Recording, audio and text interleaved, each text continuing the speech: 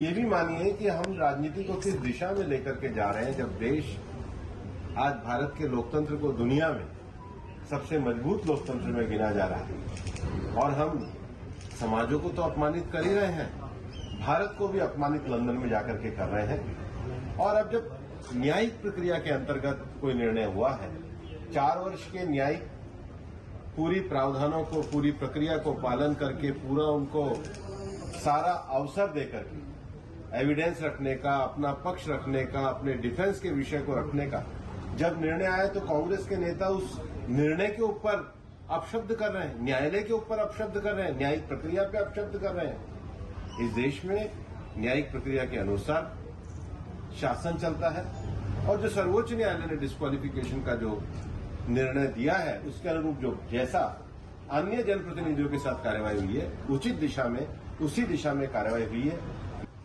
देखिए, जो देश में कानून की स्थिति है और सर्वोच्च न्यायालय के द्वारा जो पूर्व में निर्णय दिया गया है, उसके अंतर्गत ये स्पष्ट है कि आपराधिक विषयों में अगर 2 वर्ष की सजा किसी को भी होती है तो वो डिस्क्वालिफिकेशन है और उस कानूनी प्रावधान के अनुसार ही लोकसभा सचिवालय ने उनके डिस्क्वालिफिकेशन की विषय की है। लेकिन मूल विषय जो है, और आज सुबह से मेरे को ओबीसी समाज के लोगों के फोन आ रहे हैं कि क्या कोई राष्ट्रीय राजनीतिक दल का नेता एक सरनेम पे एक समाज को, पूरे समाज को क्या चोर कह सकते हैं? क्या ओबीसी समाज के लोगों को, क्या छोटे समाज के लोगों को अपने सरनेम के कारण अपमानित होना पड़ेगा?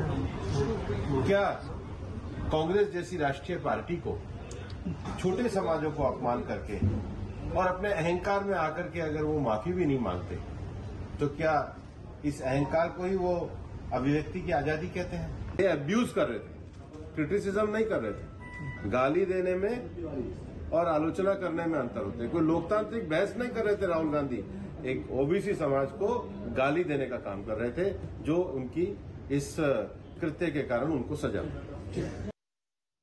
तो भूपेंद्र यादव को आप सुन रहे थे, उन्होंने कहा कि अहंकार और अभिव्यक्ति की आजादी में फर्क होता है। जो राहुल गांधी का डिस्क्वालिफिकेशन हुआ है, कानून के तहत हुआ है। अरुण के पास चलते हैं। अरुण, जैसा कि आपने कहा कि कल ही नोटिफिकेशन जारी हो गया था, कल ही से जो है उनकी सदस्यता रद्द हो गई थी, लेकिन क्योंकि आप कांग्रेस पार्टी को लंबे समय से कवर कर रहे हैं, राहुल गांधी जो कि भारत जोड़ने की बात कर रहे थे, भारत जोड़ो यात्रा उन्होंने की और हमने देखा कि जमीनी तौर पर कि जिस तरीके से कार्यकर्ताओं का मनोबल बढ़ा, लेकिन अब चूंकि चुनाव बेहद नजदीक है और राहुल गांधी की सदस्यता तो चली गई है, इसके अलावा वो अगला चुनाव लड़ पाएंगे या नहीं लड़ पाएंगे, तो इसको किस तरीके से हम पार्टी के लिहाज से देखें? देखिए, राहुल गांधी भारत जोड़ो यात्रा कर रहे थे और राहुल गांधी पहले भी जब भी उनसे पूछा जाता था कि विपक्ष के दलों में एकता नहीं कि प्रधानमंत्री पद का चेहरा कौन होगा, तो वो ये कहते थे कि वो तब तय होगा जब सारी पार्टियां चुनाव जीत के आ जाएंगी और ये पता चल जाएगा कि इसका संख्या बल क्या है। तो राहुल गांधी के चुनाव न लड़ पाने से जाहिर सी बात है कांग्रेस काडर का मनोबल तो गिरेगा, लेकिन राहुल गांधी एक नेता के रूप में चुनाव प्रचार कर सकते हैं, रैलियां कर सकते हैं, रोड शो कर सकते हैं, साथ ही साथ वो भारत जोड़ो यात्रा पार्ट 2 भी कर सकते हैं। तो अपनी पार्टी को तो मजबूत कर सकते हैं, सिर्फ वो इलेक्टोरल पॉलिटिक्स में नहीं जा सकते। अगर उनको कोई स्टे नहीं मिलता हायर कोर्ट से या फिर सेशंस कोर्ट से, कई मामले ऐसे हैं देखा गया है भूतकाल में कि जब इस तरह के फैसलों में सदस्यता रद्द कर दी गई हो और कुछ दिन बाद हायर कोर्ट से उनको स्टे मिल गया और उनकी सदस्यता बहाल भी हो गई। गुजरात विधानसभा का ऐसा मामला है। कई ऐसे मामले में चुनाव आयोग ने वहां चुनाव कराने की उपचुनाव की घोषणा कर दी, उसके बाद स्टे मिल गया। तो ऐसा नहीं कि राहुल गांधी के पास कानूनी रास्ते बंद हो गए, राहुल गांधी के पास कानूनी रास्ते हैं। उम्मीद और आशा उनकी पार्टी को है कि हायर कोर्ट से उनको राहत मिलेगी और सदस्यता वापस भी हो जाएगी। लेकिन वर्स्ट केस सिनेरियो में अगर सदस्यता उनकी रद्द हो ही जाती है और हायर कोर्ट से कोई उनको उम्मीद जो उन्होंने बांध रखी वो पूरी नहीं होती, यानी स्टे नहीं मिलता है, तो झूठ बोलने वाले, मैं समझता हूं कि बीजेपी और आरएसएस में झूठ बोलने वालों का कोई मुकाबला नहीं। को उम्मीद थी आज फैसला, अरे मालूम था, उम्मीद क्या थी, मालूम था होना ही है। क्या कारण है कि 3 साल पहले एक मुकदमा दायर होता है और चुनाव, उसके बाद 2017 का उनका भाषण है, उसके बाद जो जिसको आपत्ति है वो कहता है कि अभी मैं इसमें कोई कार्रवाई नहीं चाहता, और वो कहां जाता है हाई कोर्ट में कि स्टे करवा देता है प्रोसीडिंग्स। क्यों करवा देता है? क्योंकि उसको लगता है कि जो वहां जज साहब हैं वो राहुल गांधी जी को रिलीफ दे देंगे। क्योंकि राहुल गांधी जी ने क्या कहा है? राहुल गांधी जी ने यही तो कहा कि बड़े बड़े चोर हजारों करोड़ रुपए लेकर देश से भाग गए। नीरव मोदी, ललित मोदी, मेहुल चोकसी, इनको वापस क्यों नहीं लाते? मोदी जी ने कहा था कि नहीं कहा था चुनाव के पहले कि मैं काला धन लाऊंगा, एक एक परिवार को 15-15 लाख रुपए दूंगा? कहा था कि नहीं कहा था? लाओ ना काला धन। इनके राज में काला धन आया नहीं है, यहां से गया है। प्रमाणित रूप से हम कह रहे हैं, प्रमाणित रूप से मैं कह रहा हूं। कांग्रेस नेता दिग्विजय सिंह को आप सुन रहे थे और हमारे दोनों सहयोगी हमारे साथ में लगातार बने हुए हैं। अरुण का एक बार फिर से रुख कर लेते हैं। अरुण, 30 दिन का समय तो है, लगातार कह रहे हैं कि मीटिंग करेंगे, लेकिन एक एक दिन अब बड़ा क्रूशल होता जा रहा है कांग्रेस के लिए। कब सेशन कोर्ट में याचिका लगाई जाएगी, कब फिर सुप्रीम कोर्ट जाएंगे? क्योंकि सेशन कोर्ट से कन्विक्शन रद्द होगा तब तो ठीक है, नहीं हुआ तो फिर तब सुप्रीम कोर्ट आप जाओगे।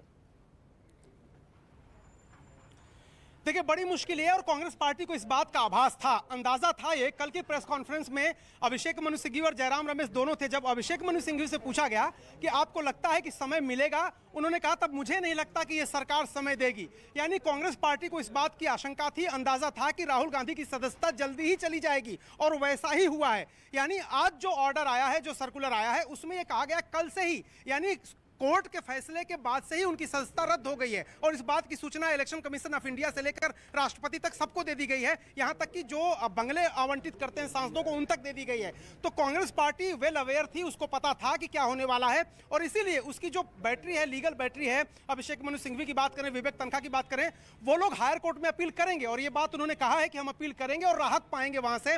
ये उनका दावा है, ये उनकी उम्मीद है। लेकिन जिस तरह से लोअर कोर्ट ने उनको कोई राहत नहीं दी, जो मैक्सिमम सजा होती है 499 और 500 के तहत, उसमें उनको 2 साल की सजा दी गई और जैसे ही 2 साल या उससे अधिक की सजा पाते हैं आप, तब आप कानूनन आपकी संसद या विधानसभा की सदस्यता चली जाती है और 6 साल तक चुनाव लड़ने के लिए आप पर रोक लग जाती है। लेकिन एक इंटरेस्टिंग बात आपको बताऊं कि इस कानून को नल एंड वाइट करने के लिए, इस कानून को स्थगित करने के लिए यूपीए सरकार एक ऑर्डिनेंस लेके आई थी। मनमोहन सिंह प्रधानमंत्री थे और राहुल गांधी ने उस ऑर्डिनेंस को कहा था कि इसको फाड़ के फेंक देना चाहिए।